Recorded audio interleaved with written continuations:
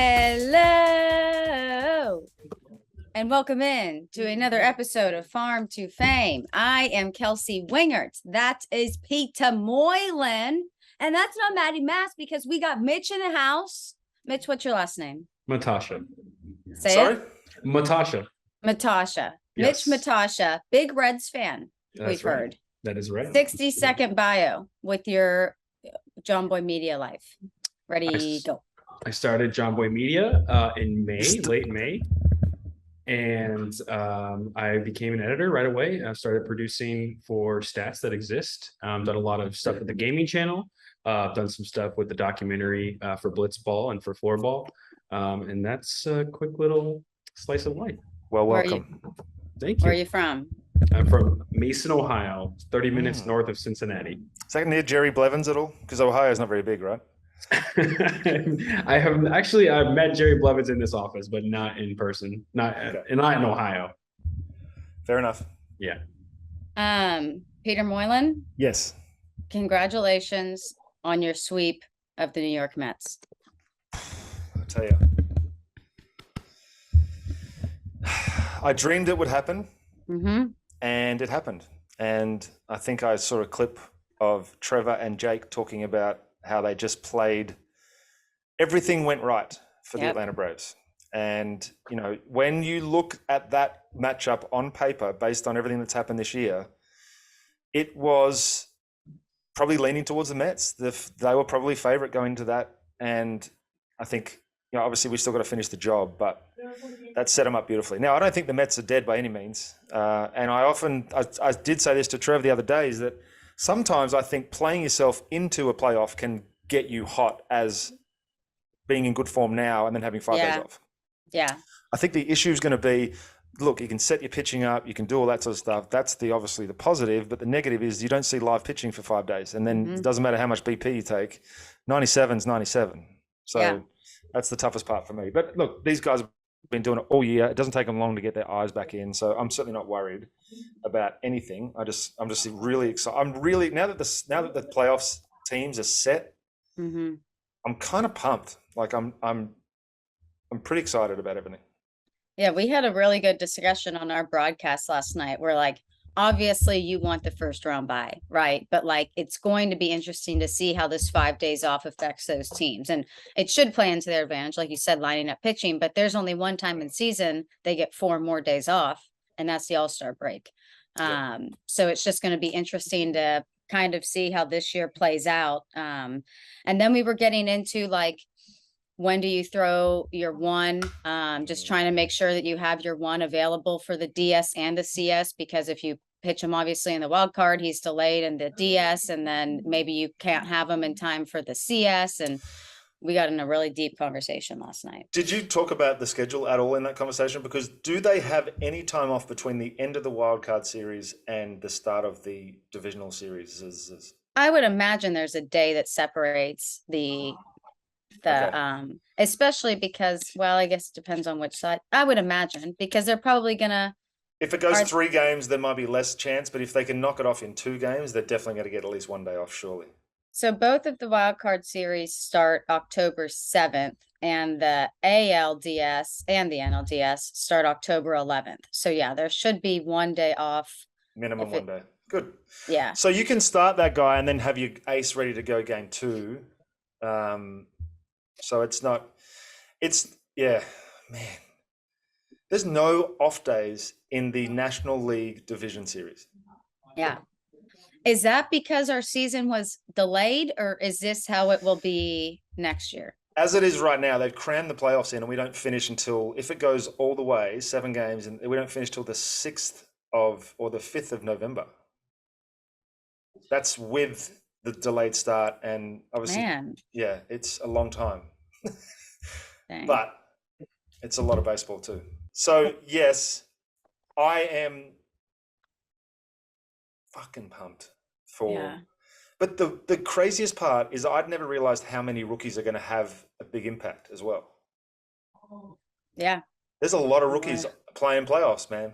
Yeah, well, there's a lot. I mean, we've just seen such a youth movement in baseball overall. We're seeing guys come up so much quicker, but they're making such an impact. It's not just guys coming up and being Filling a decent. spot. It's guys coming up and Being Michael Harris. yeah, who I just voted for my rookie of the year.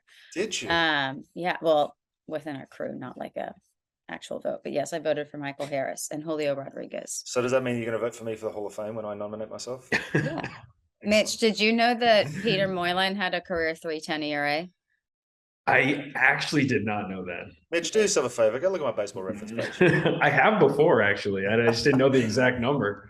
No, me either, actually. Phenomenal. I can read off every stat I've ever That's had. very good. It's very good. I just came up at a lucky time where right-handed relievers could just get one guy out and then be done for the day. So, look, I got lucky.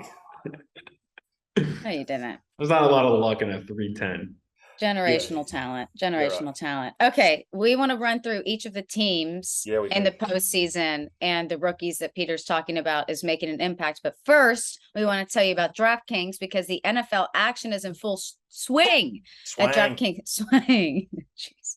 At DraftKings Sportsbook, an official sports betting partner of the NFL, we're talking touchdowns, big plays, and even bigger wins. New customers can bet just $5 on any NFL team to win and get $200 in free bets if they do.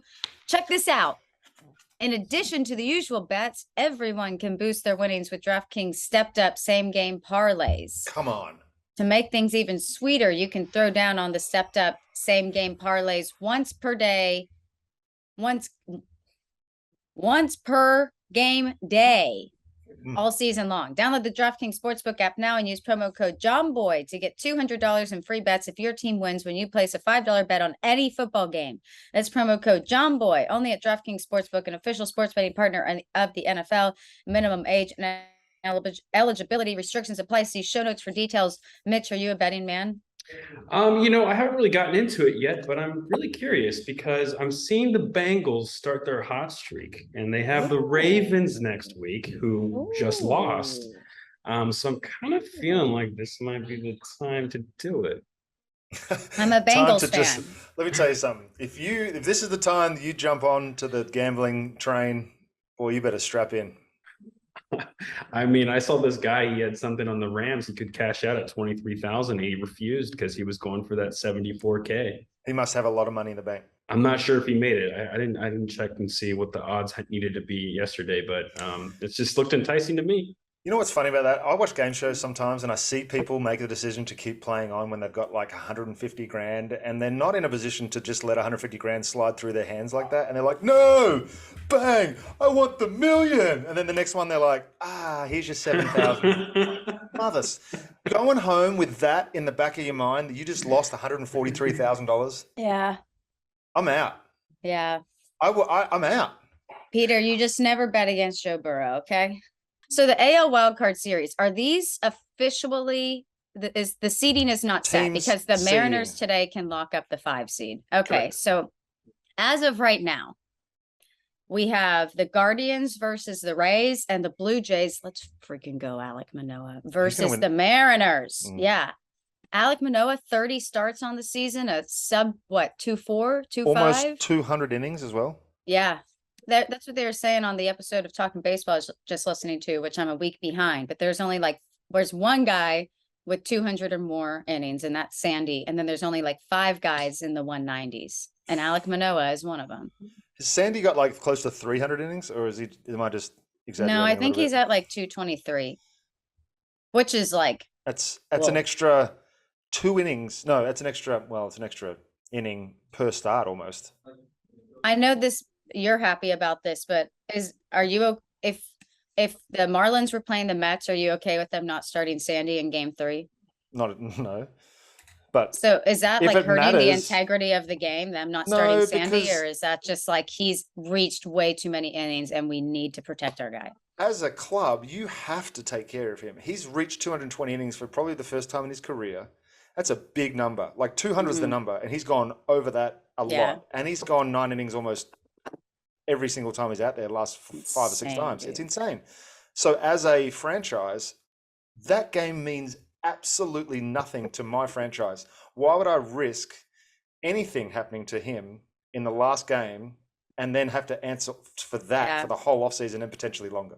It's like Boone taking out Luis Severino yesterday when he had 7 no-hit innings, and that conversation in the dugout Luis wouldn't even look him in the eyes. You know, I mean, and that's what Boone was saying. He was like, I can't afford to lose you. No I chance. can't. But do you know, Mitch, seeing as you're in a Yankees office, do you know what Severino's pitch count was when he got taken 95. out? Was it? Oh, so his pitch count was up there. Yes. Okay. It was definitely the right decision. There's no questions about it. All right. And obviously the player has a right to get frustrated and think that this might be his only chance at a no-hitter. But even if you get quick innings, like that's 10, 12 pitches, you're up to 115, 18 pitches. Yeah. It's hard to make the argument for him in a scenario like that with such a high pitch count. Unfortunately. And I mean, I know you want to see that. Fans want to see that when they go to the park, but that's tough. I bet you they'd rather see a World Series championship. Oh yeah. Yeah. Cleveland Guardians, man. The Cleveland freaking Guardians. Rookies on that team. It's the youngest MLB team this year. They're the first team in MLB history to win a division or league title with 16 or more rookies making their MLB debuts. So cool. How about so cool. How about Stephen Kwan, though, Peter? 302 on the season, 37 extra base hits, RBI, 51 RBI. What I really freaking like, 58 strikeouts to 63 walks. It's incredible. That's old school. That's like a Jeff McNeil. That's the kind of player that seems to be coming back into fashion, especially this year.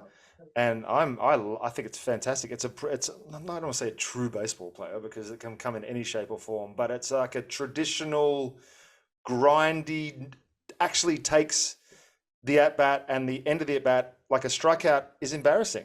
Yeah. So I think when we changed it to just another out, doesn't matter how you get out, that sort of thing, that took the focus away, and you saw so many big strikeout numbers. So to see him do that, and 19 stolen bases, and he continued to do it through September, had a better average in September. Yeah, read what he did in September. 325 batting average, a 396 on base percentage, and a 450 slug, and an 846 OPS. Whoops. Gold Glove caliber outfielder. He's been really good in the outfield. He's the first Cleveland rookie to reach base 52 or more times in a month.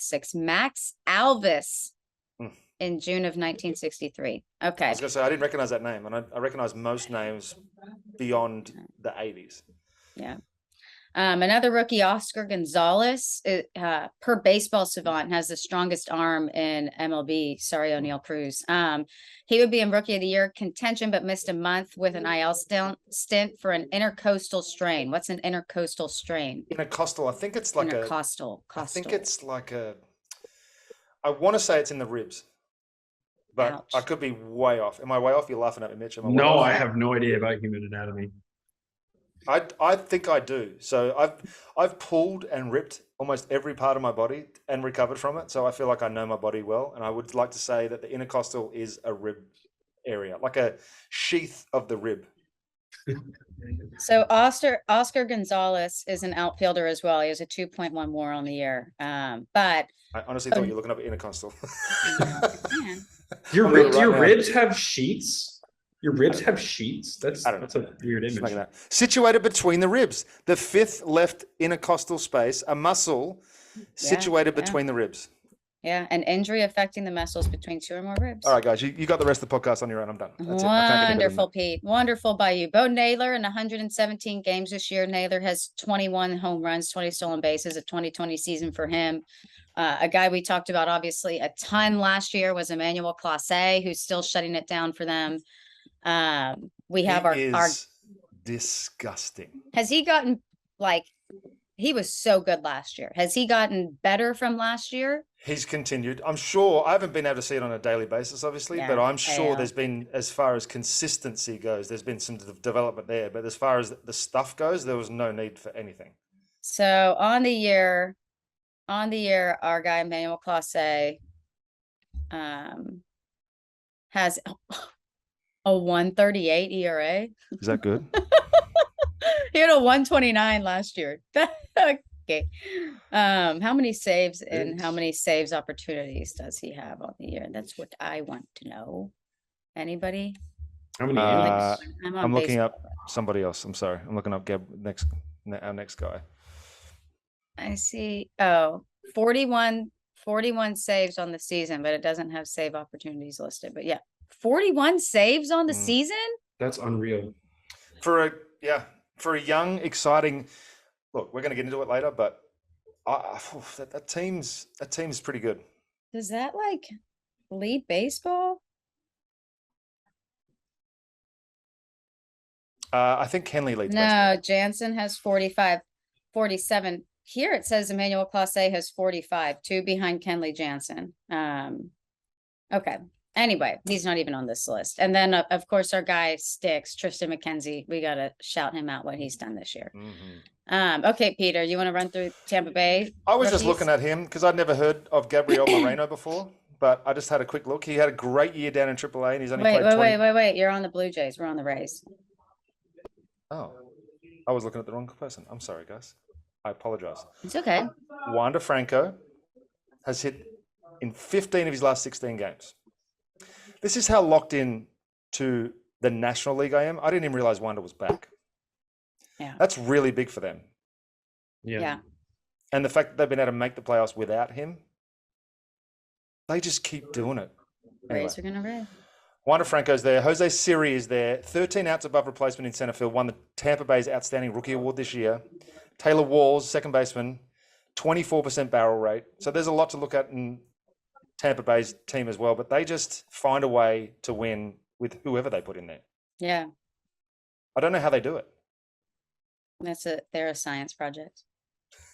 Okay, the other two AL wildcard teams, Blue Jays versus Mariners. I'm going to let you take the Blue Jays since you were so excited to talk about Gabriel Moreno. Gabriel Moreno, I just had to look him up. He had a great year in AAA, hit .315 across 62 games in 267 plate appearances, and since being in Toronto, he's played 23 games, 65 plate appearances, so not a lot, but he's hitting .290 up here as well, so that's nice to see that transition, but I'm not sure. Is he their everyday guy? No. Short King. Alejandro Kirk. Thank you. Well, good for him. So that's the Blue Jays. That's the only rookie they have. But they also got young kids for days, obviously. Oh, yeah. Seattle, you have Julio Rodriguez, Logan Gilbert, Cal Raleigh, who obviously had the big pinch hit, 9th inning home run to send him to the playoffs for the first time in 21 years. Cal just recently set Seattle's franchise record for home runs by a catcher. What a freaking moment. Yeah. That 2 outs, full count. Dave Sims, who made the call, anybody remember? Was my dad's college roommate. There you go. Very random fact. Anybody remember? I think I've said it on the episode before because I think a lot of people commented nobody cares. But I think there were a few comments about that. Yeah, I stopped. People are mean, man. I had to stop. There were a couple mean ones about me 2 weeks ago. Cal, yeah, what a moment for him. Moment of his career.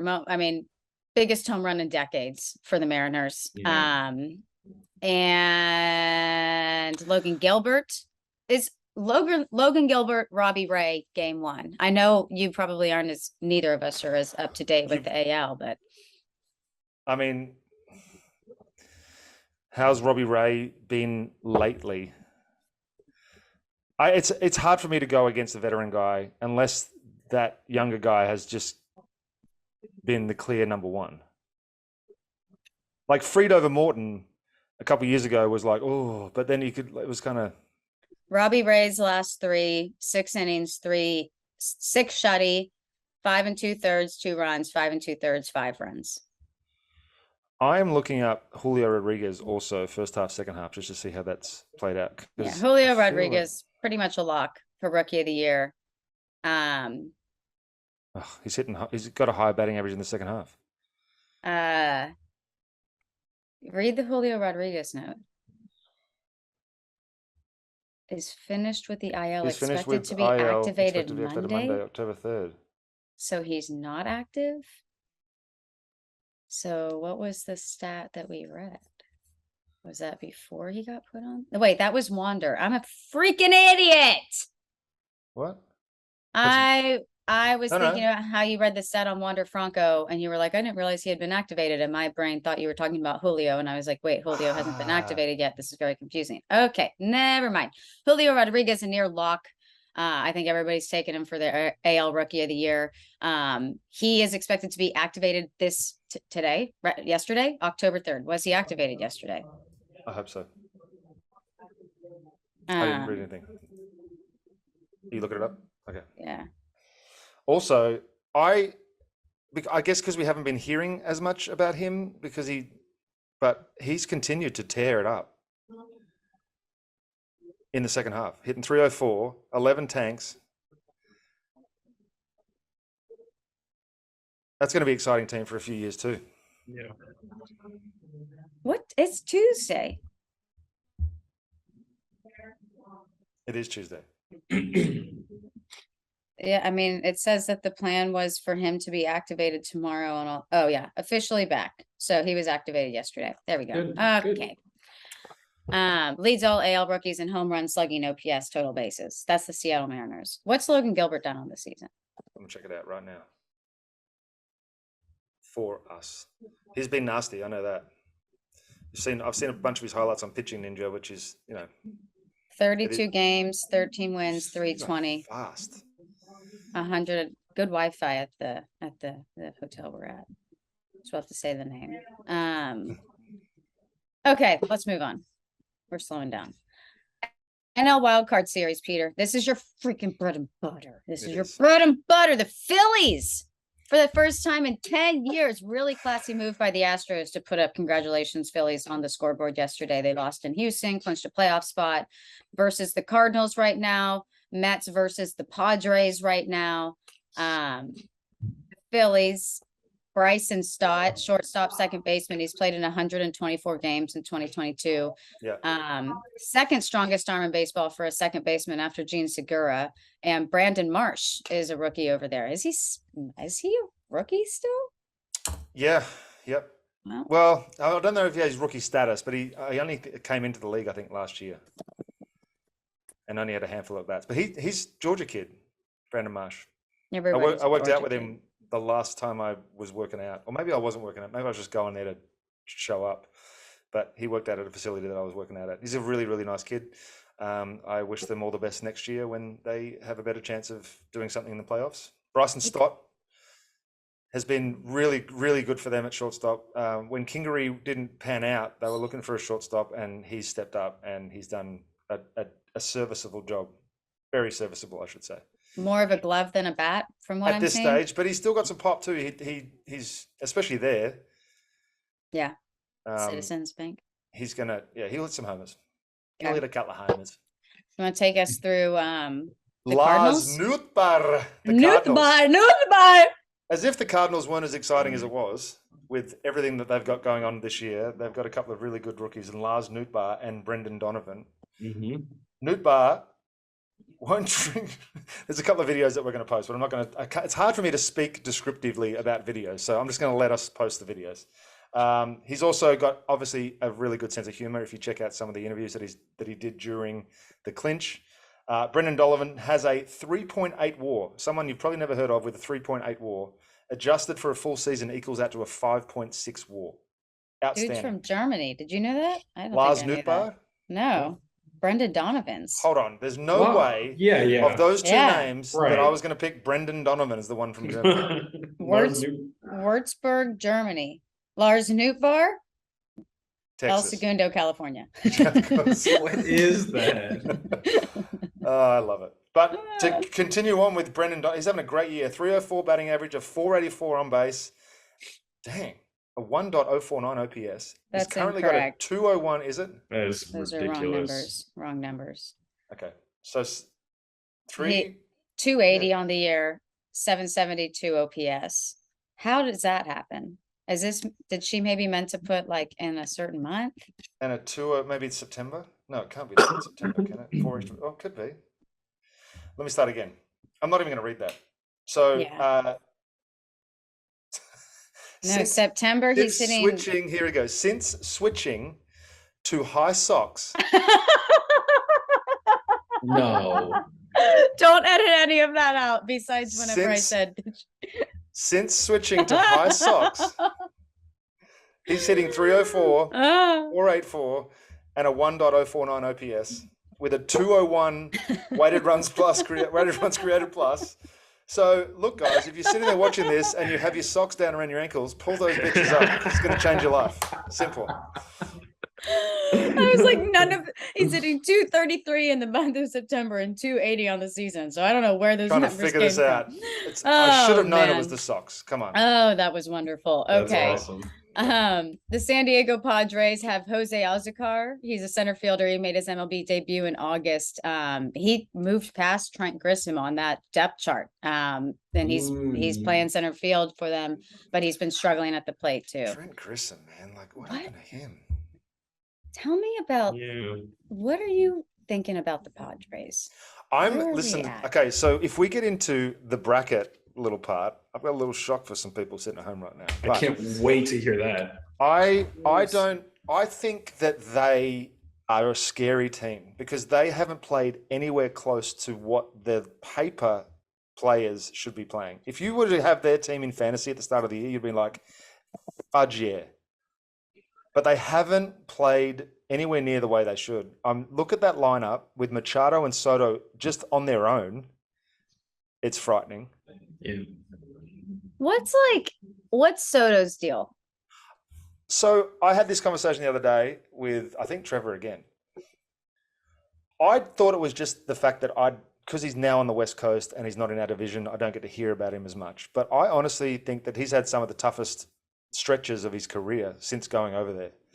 And I've never seen him lack confidence, but there was a period where he just looked like he was just struggling to find whatever it was that he'd lost.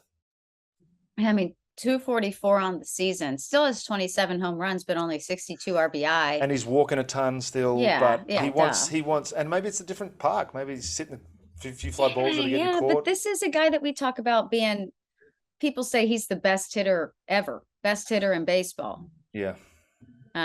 He's got the best eye and the best swing. Best discipline. When he hit that ball off Verlander, I say this all the time, when he hit that ball off Verlander in the playoffs and it went oppo and it was like a 98-mile-an-hour fastball, top of the zone, and he just went level swing, just popped that into the little balcony. I was like, that's not right.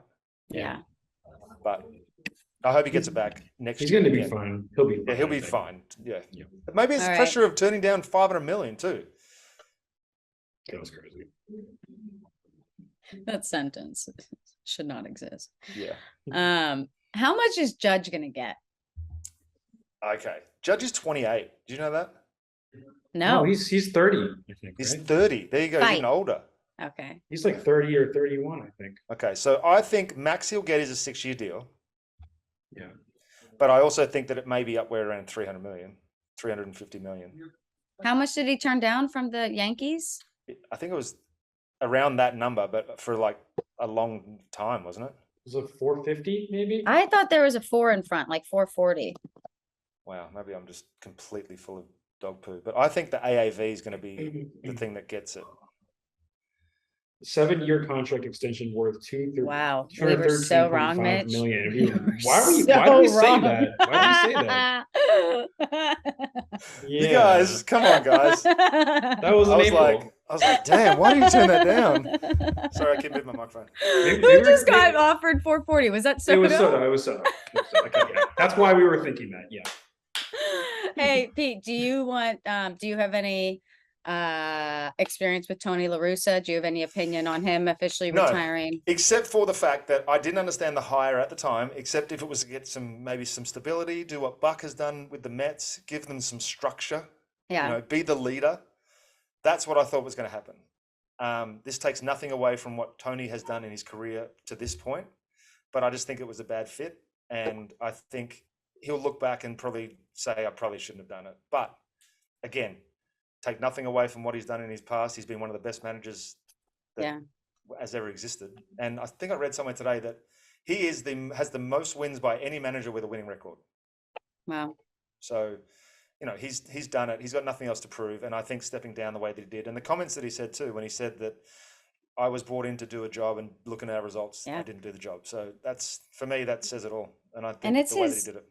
It's his 78th birthday today. Yeah. 78 years old, still managing.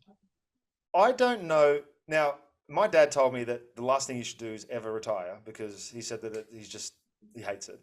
And I'm like, okay. But sitting here right now, I would love nothing more than to go to the golf course at 8 o'clock in the morning, take a few swings, come back home at around 2 o'clock in the afternoon, kiss my wife, say hello to my kids who are probably going to be old age by that stage. I'm sure I'm living with them because I'm going to be relying on them because I spent all my money. But I just want to play golf. Those people that want to keep working the whole time, I don't understand them. And maybe I will when I get to that age, but I want to retire. Not now, in 10 years. A man of leisure. That's what I want to be.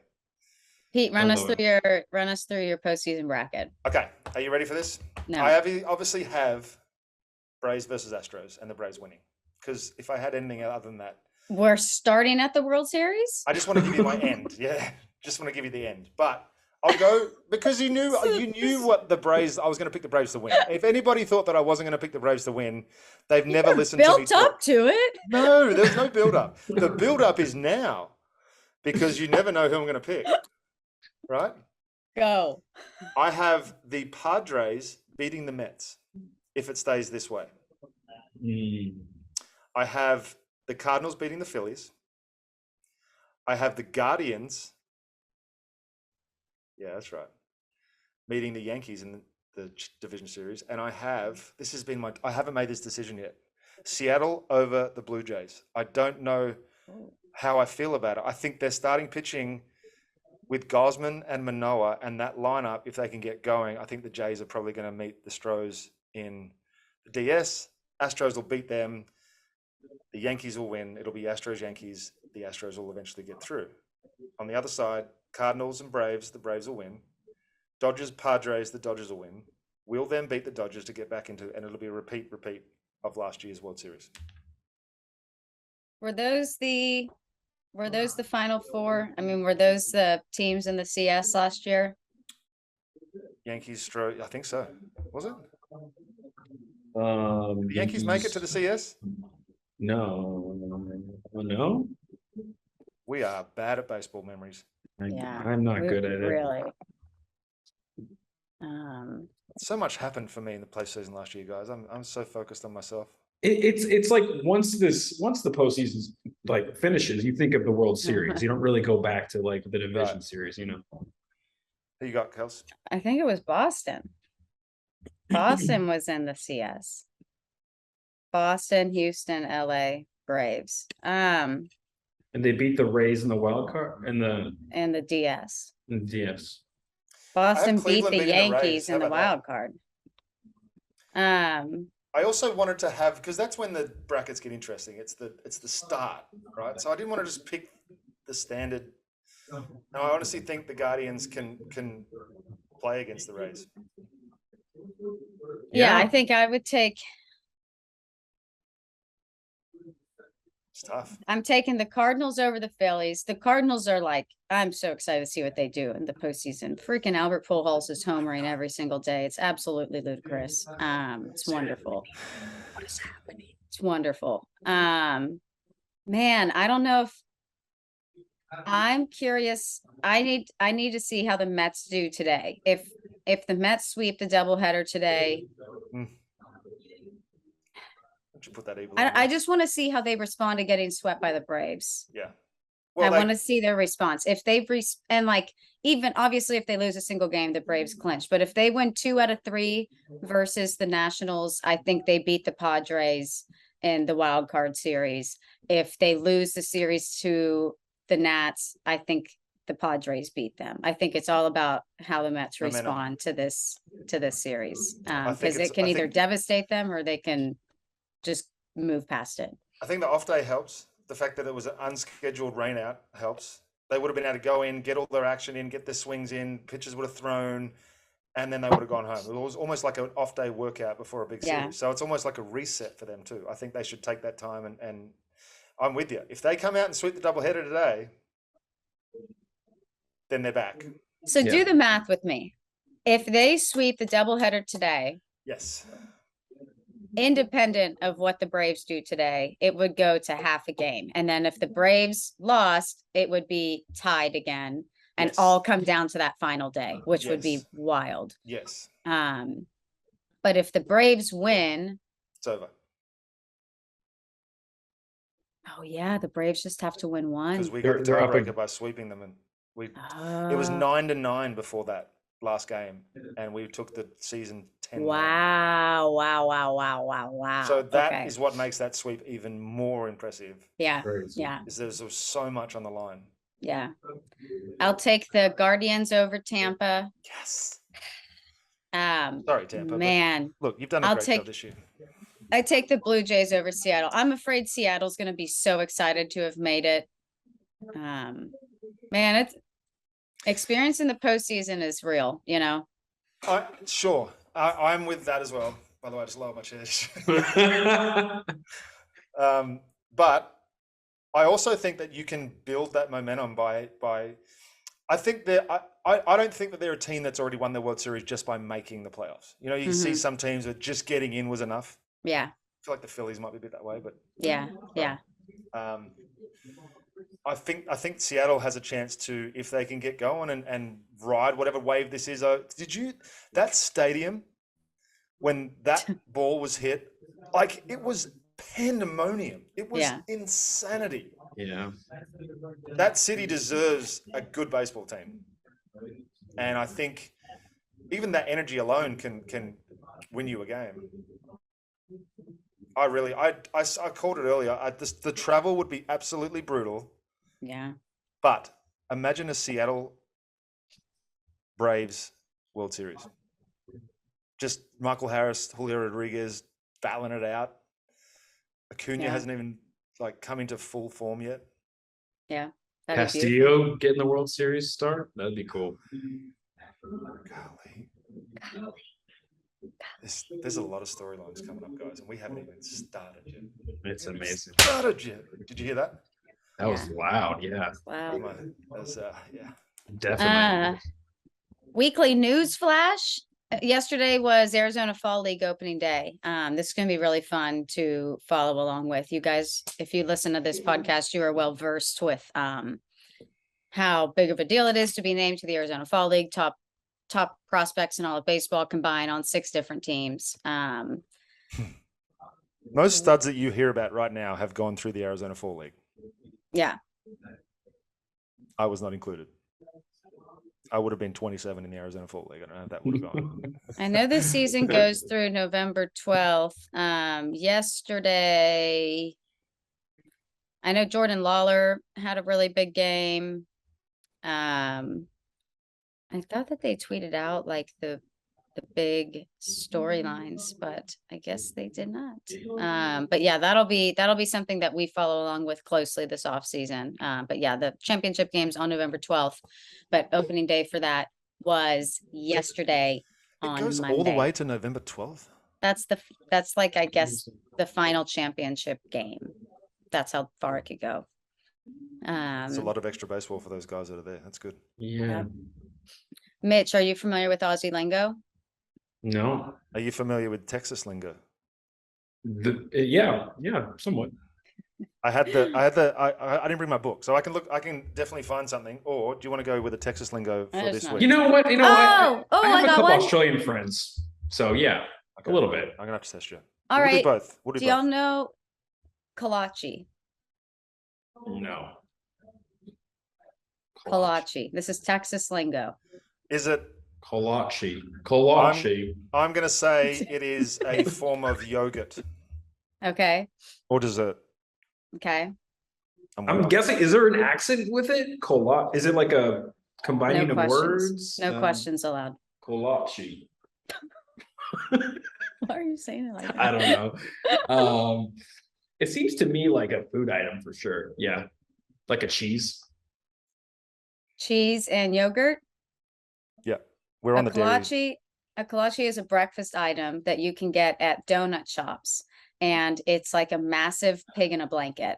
Really? You can get like sausage and cheese inside. It's closed off. You can get like sausage and cheese inside of it. You can get ham and cheese inside of it. You can get jalapeno sausage and cheese. It's my favorite breakfast item, and it's like nowhere else in the United States, and it's really sad, but it's a very common thing at donut shops. Is it wrapped in a crepe? Is it sweet? Yeah. Yeah.